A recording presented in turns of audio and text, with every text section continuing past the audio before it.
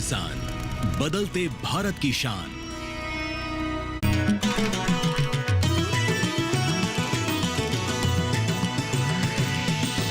DD किसान, बदलते भारत की शान।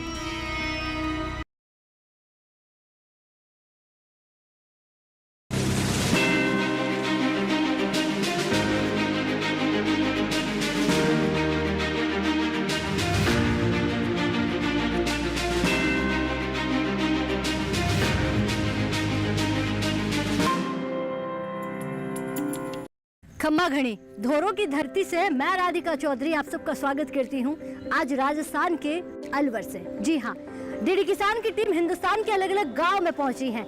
ऐसे में आज हमारा गांव जो है वो चंडीगढ़ अहीर गांव है। अब चंडीगढ़ वो वाला नहीं, ये राजस्थान वाला चंडीगढ़ है। आज हम यहाँ पर चर्चा करेंगे श्रीअन्न, वो श्रीअन्न जिसे 2023 में पूरा साल घोषित कर दिया गया था। वो मोटा अनाज जो राजस्थान वासी सबसे ज्यादा लगाते हैं, क्या उस मोटे अनाज की मांग बढ़ने से राजस्थान वालों के चेहरे पर खुशी आई कि नहीं आई, इस पर चर्चा करेंगे। किस तरह से विज्ञान की मदद मिल रही है, इस पर चर्चा करेंगे। चलिए, चंद कदमों की दूरी है, यहीं से आगे बढ़ते हैं और बात करते हैं आज के अन्नदाताओं से। आप भी हमारी चौपाल चर्चा का हिस्सा बनिए।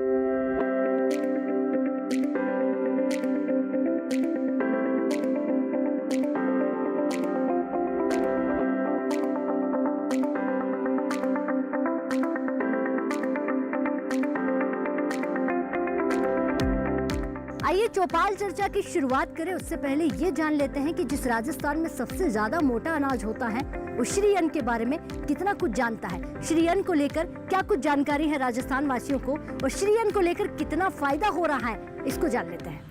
मोटा अनाज सदियों से हमारे जीवन का अहम हिस्सा रहा है। प्राचीन काल से हमारे पूर्वज इसे उगाते आ रहे हैं। प्रधानमंत्री नरेंद्र मोदी के नेतृत्व वाली सरकार ने साल 2023 में श्री अन्न योजना की शुरुआत की। इस योजना के तहत सरकार ने किसानों को मोटे अनाज के उत्पादन के लिए वित्तीय और कृषि संबंधित सहायता प्रदान की ताकि श्री अन्न को बढ़ावा मिल सके। इसके गुणों को जानकर लोग श्री अन्न को अपनाने लगे हैं। आइए मिलेट्स के फायदे को समझ लेते हैं। मिलेट्स पाचन तंत्र के लिए असरदार होता है।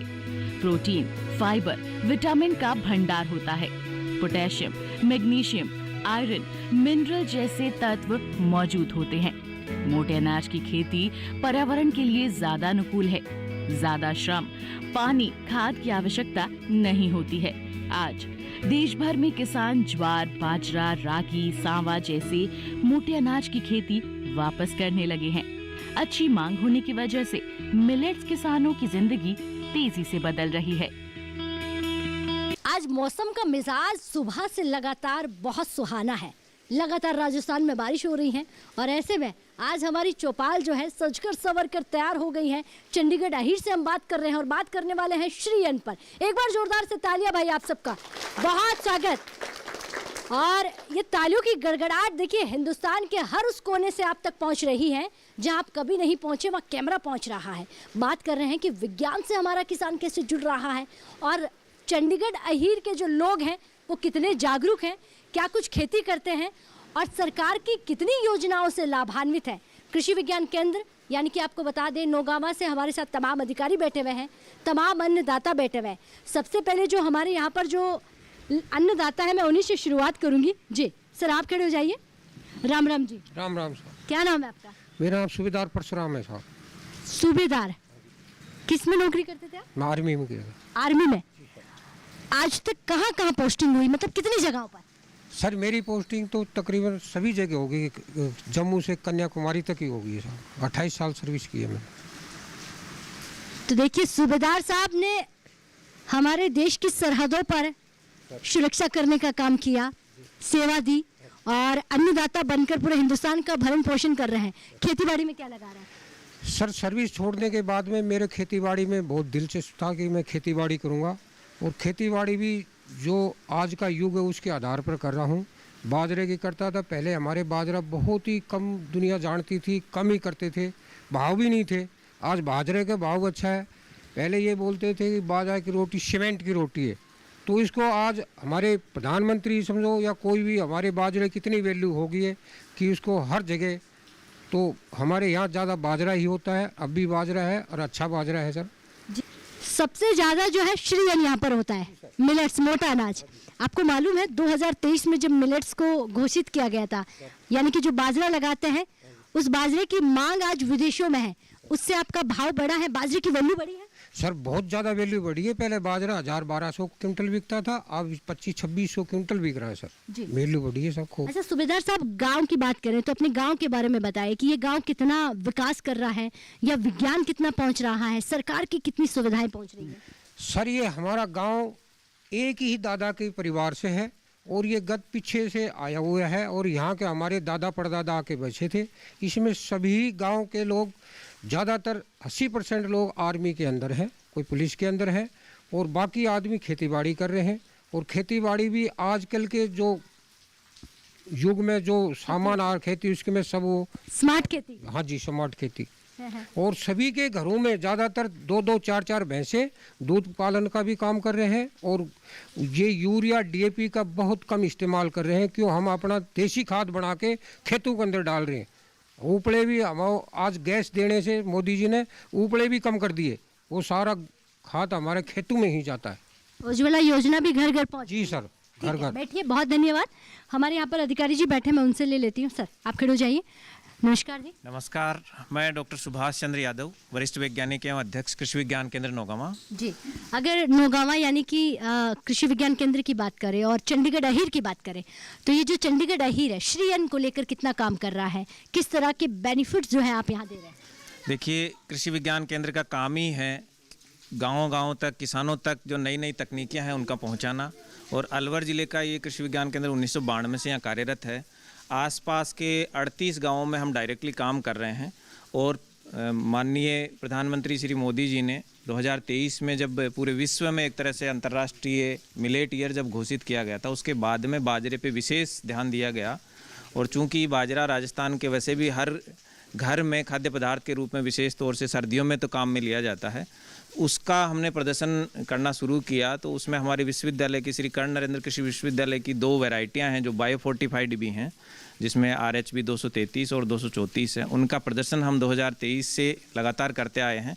इस गांव में हमने चंडीगढ़ अहीर में भी उसका प्रदर्शन किया है और किसानों को उसको खाने के लिए भी प्रेरित कर रहे हैं कि वापस जो हमारी एक तरह से सांस्कृतिक विरासत के रूप में बाजरा था उसको फिर से हम लागू करें और नई आने वाली जनरेशन जो हमारे बच्चे हैं उनके भी फूड हैबिट में लाएं, ताकि जो पोषण महत्ता है बाजरे की, विश्व प्रसिद्ध पोषण महत्ता है, उसमें कैल्शियम है, उसमें आयरन है, उसमें जिंक है और वो प्रचुर मात्रा में है। जो हमारे आज के युवा में कमी होती जा रही है न्यूट्रिएंट्स की, वो बाजरे से ही पूर्ति हो सकती है। इसीलिए इसके हम प्रदर्शन, प्रशिक्षण और युवाओं को और हमारे जो किसान साथी हैं उनको नवाचार के माध्यम से भी बाजरे की ओर प्रेरित कर रहे हैं। जी, इसके अलावा कितनी आबादी होगी इस गांव की?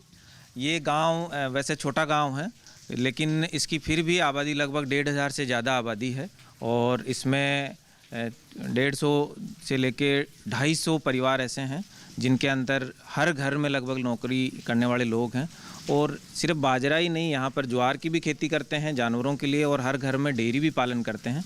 और यहाँ पर मिल्क कलेक्शन सेंटर भी है। इस गांव में एक बालिका छात्रावास भी है जिसमें बालिकाएं रहकर अध्ययन कर रही हैं। साथ ही साथ हमारे कृषि महाविद्यालय का नवीन जो प्रक्षेत्र है वो पास ही यहाँ पर अभी स्वीकृत हुआ है, उसका कार्य भी सुचारू होने वाला है। छोटा सा गाँव और सुविधाएं भरमार। बैठिए, बहुत धन्यवाद जी। जी आप खड़े हो जाइए। क्या नाम है आपका? मेरा नाम पुष्कर देव है। मैं कृषि विज्ञान केंद्र में वरिष्ठ अनुसंधान अध्येता की पोस्ट पर कार्यरत हूँ। अब इस पद के अनुसार पूछा जाए निकरा प्रोजेक्ट के बारे में कि निकरा प्रोजेक्ट इस गांव में किस तरह से काम कर रहा है, उससे क्या क्या फायदे यहाँ पर किसानों को मिल रहा है? देखिए, जो बदलते हुए जलवायु के कारण जो भी इम्पैक्ट हो रहा है उसको कम करने के लिए कृषि विज्ञान केंद्र कार्य कर रहा है। ये कृषि विज्ञान केंद्र निकरा प्रोजेक्ट के तहत 3 मॉड्यूल पे काम कर रहा है, जिसमें कि प्राकृतिक संसाधन का कैसे प्रबंधन करना है, मिट्टी का कैसे प्रबंधन करना है, फसलों का कैसे प्रबंधन करना है और अपनी जो पशुपालन है उसको किस प्रकार से इसके ऊपर जलवायु का इम्पैक्ट हो रहा है, जैसे जैसे जलवायु परिवर्तन हो रहा है उसका क्या इम्पैक्ट हो रहा है, उसको किस तरीके से कम कर सकते हैं। क्योंकि कहीं ना कहीं जो कृषि है वो अपना सबसे ज़्यादा प्रभावित हो रहा है।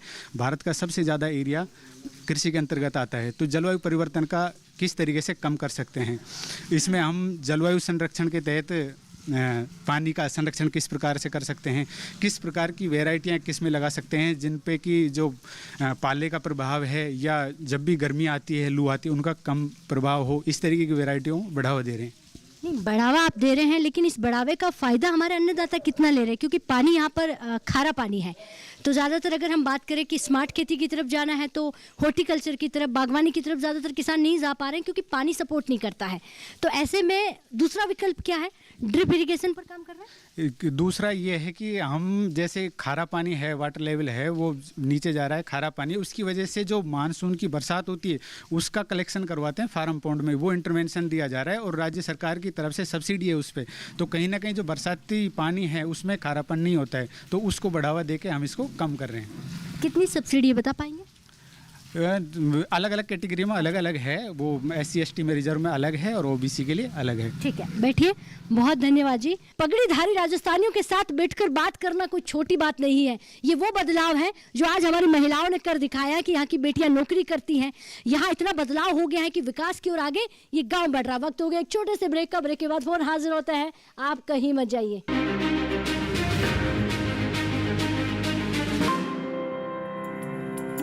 हर जोखिम से निकल कर फसल आए, सुरक्षित हो जाए।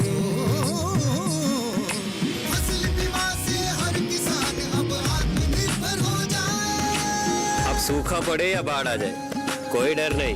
अब ओले पड़े या कीट पतंगे फसल खा जाए, कोई फिक्र नहीं।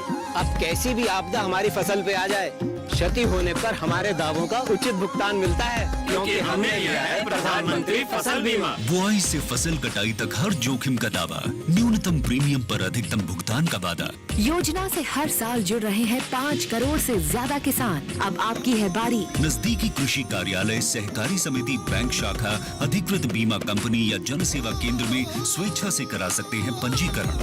फसल बीमा पोर्टल या फसल बीमा ऐप द्वारा भी किया जा सकता है पंजीकरण। प्रधानमंत्री फसल बीमा योजना, आपकी फसलों का संपूर्ण सुरक्षा कवच। कृषि एवं किसान कल्याण मंत्रालय, भारत सरकार। अरे वाह भैया, अकेले अकेले। अरे तू भी ले, पर खाएगा कैसे? मैं ऑर्गेनिक खेती की बात कर रहा रे बेटे। अकेले अकेले खेती कब तक करेगा?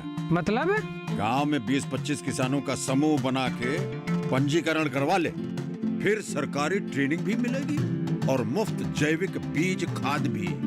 फिर BGS ऑर्गेनिक की सरकारी मोहर के साथ तेरी उपज आकर्षक पैक में पहुंचेगी बड़े बाजार तक। अच्छा?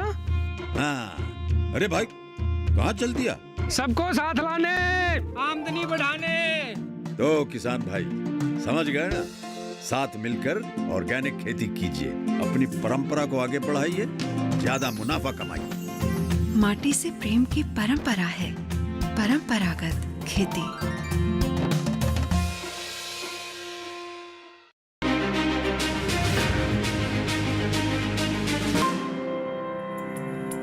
ब्रेक के बाद बहुत स्वागत। चर्चा को आगे बढ़ाते हैं और हमारे अन्नदाता जो राजस्थान के हैं उनसे चर्चा करते हैं। जी ताऊ जी, राम राम। राम राम जी। क्या नाम है आपका? महावीर सिंह यादव। महावीर सिंह साहब। अच्छा महावीर जी, मिलेट्स की बात हो गई है, विकास की बात हो गई है, गांव के बदलाव की बात हो गई है, क्या कहेंगे इन बूढ़ी आंखों ने इतना बदलाव, इतना विकास देखते हुए कितना समय लग गया? इन बातों को तो सभी किसानों ने बता दी। हाँ। मैं आपको बात बताना चाहता हूँ कि आपने एक प्रश्न पूछा था कि फौज की तरफ ही क्यों जाते हैं। हाँ। तो एक अहीर कौम, और जब यहाँ पर आए थे हम, अहीर कौम तो पहले से फौज में जाती है, लेकिन जब यहाँ पर आए थे तो आज हमारे मुसलमान भाई भी और भी जातियाँ फौज में जाने लगी हमको देख करके। दूसरा, हमारा भाई देशराज यहाँ का शहीद भी है, जिसकी मूर्ति आपने पीछे बड़ी हुई देखी होगी। और मैं कारगिल की लड़ाई से भी आया हूँ, 99 की मैंने लड़ाई भी लड़ी है। तो इसमें ये सबसे ये कौम डरपोक नहीं है कि फौज में क्यों जाती है, तो इसलिए इसमें फौज में जाना पसंद करते हैं। आज उसी फौज के हिसाब से हम कुछ अलवर भी निकल गए हैं, कुछ रामगढ़ भी निकल गए हैं, कुछ बिजनेस भी बढ़ गया है। खेती बाड़ी तो हमारा धंधा है ही, लेकिन उस फौज की वजह से ही हम आगे प्रोग्रेस की है, तो इसलिए हम फौज में जाते हैं। तो इस गांव का विकास, इस गांव को बिजनेस में आने के लिए अलग अलग जगहों पर जाकर सेटल होने में कितना वक्त लगा?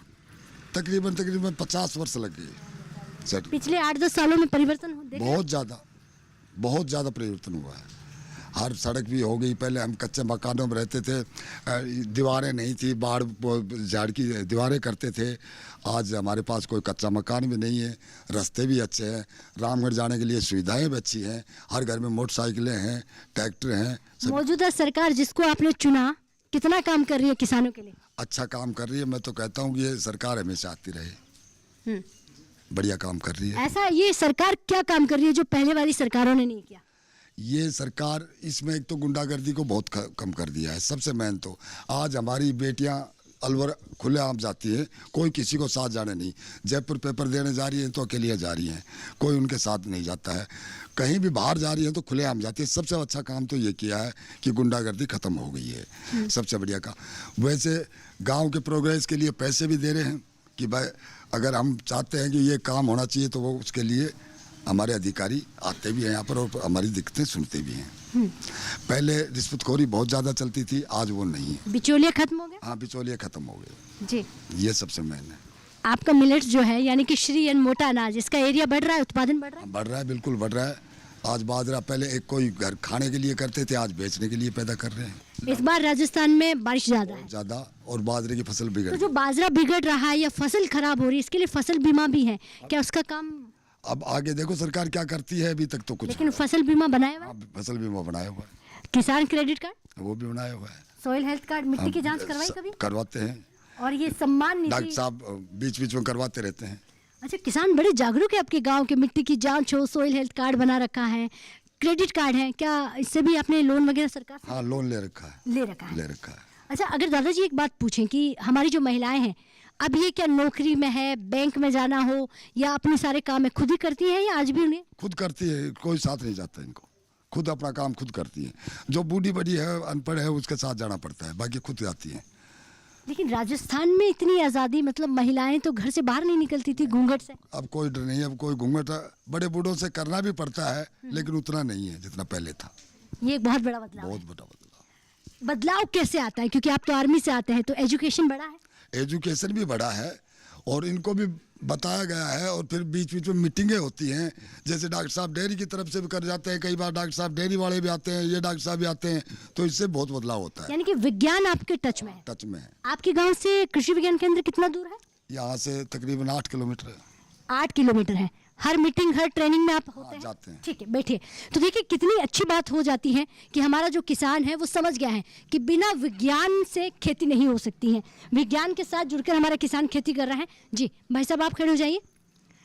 सबसे पहले नमस्कार, क्या नाम है? मैं राजवीर सिंह और खेती बाड़ी से भी जुड़ा हुआ हूँ। राजवीर जी, क्या कहेंगे, युवा यंग भी खेती बाड़ी से जुड़े हुए हैं? बिल्कुल, इसी गांव के शुरू से ही जो दादाजी पिताजी जिनकी खेती करते थे वो सभी खेती बाड़ी से जुड़े हुए हैं।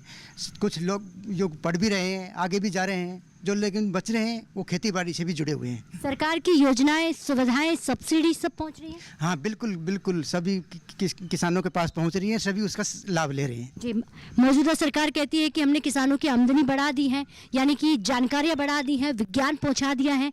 क्या ये बात यहाँ तक पहुंच रही है? बिल्कुल बिल्कुल, सभी किसानों के पास पहुंच रही है। कृषि अनुदान केंद्र से जो अधिकारी भी आते हैं वो भी मीटिंग करते हैं, बाकी भी पेपर में, न्यूज़ में भी सभी मोदी जी की जो बातें हैं वो सभी सुन रहे हैं जी, और सभी किसानों के मिल रही हैं। यानी कि ज़्यादा वक्त नहीं हुआ है नई सरकार को, आपने सरकार को चुना, बहुत सारी उम्मीदें होती हैं, क्या उस उम्मीद पर ये सरकार खरा उतर रही है? बिल्कुल बिल्कुल, किसानों के लिए, बिल्कुल हर किसान के लिए खेत में बीज देना, नई नई किस्मों के बीज उत्पादन करना, किसानों तक पहुंचाना, उसके नई नई तकनीक का प्रयोग करना, डीएपी खाद को कम करना, ऑर्गेनिक बढ़ाना, ढैंचा के लिए खेतों में हरी खाद का उपयोग करना, और उससे भी आमदनी थोड़ा सा बढ़ी रही है किसानों की। पहले कुछ भी नहीं थी, 8-10 मन होता था, आज बहुत डबल हो रही है। बैठिए, 8 मन का मतलब हो जाता है कि पहले देखिए उत्पादन बहुत कम था, अब डबल होने लग गया उत्पादन। जी, इधर से भी एक भाई साहब से ले लेते हैं।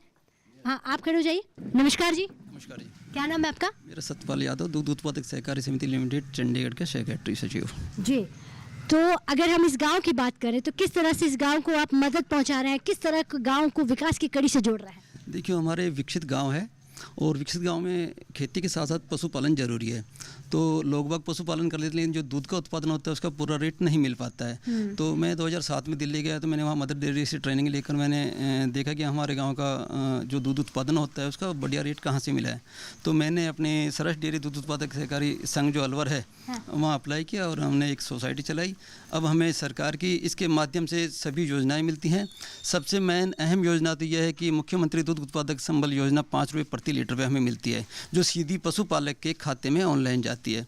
उसके साथ साथ पशुओं का जो बीमा होता है वो भी हमारे डेयरी के माध्यम से होता है। पशुओं की जो डॉक्टर चिकित्सक सुविधा है वो भी इसके माध्यम से होती है, और काफ़ी योजनाएं जो हमें डेयरी के माध्यम से मिल जाती हैं। तो हमारा तो मकसद यही था कि गांव में जो दूध उत्पादन होता है उसके बढ़िया रेट एक सोसाइटी के माध्यम से मिल सकते हैं, बाकी दूधियों के माध्यम से नहीं मिल सकते। एक बार तालियां भाई, मार्केट की समस्या मार्केट इन्होंने दे दिया। बैठिए, बहुत धन्यवाद। जहाँ दूध बेचने की समस्या होती है वो समस्या का समाधान हो गया। मार्केट की समस्या होती है तो मार्केट ज़्यादा दूर नहीं है, सड़कों की समस्या नहीं है, बिजली की समस्या नहीं है, पानी की समस्या नहीं है। एक थोड़ा पानी जो है वो खारा पानी की बातें जहाँ पर हो रही हैं, लेकिन अब ड्रिप इरिगेशन है, टपक सिस्टम वाली खेती है, क्योंकि सब्सिडी भी मिल रही है। इस प्रकार की खेती जो है किसानों के बीच पहुंच गई है। तो देखिए, श्री अन्न पर बात हो रही है और बात राजस्थान के अन्नदाताओं से कर रहे हैं। जी बाबा, आप खड़े हो जाइए। सर पर पगड़ी है और बाबा के चेहरे पर मुस्कान है। बाबा, नाम बताइए क्या? लाल सिंह यादव है। लाल सिंह यादव। एक तो यहाँ सब यादव है, दूसरा लाल सिंह यादव जी, सब यहाँ के जो है हर घर से एक आर्मी का बंदा है, हर घर से एक आर्मी का निकल के जाता है।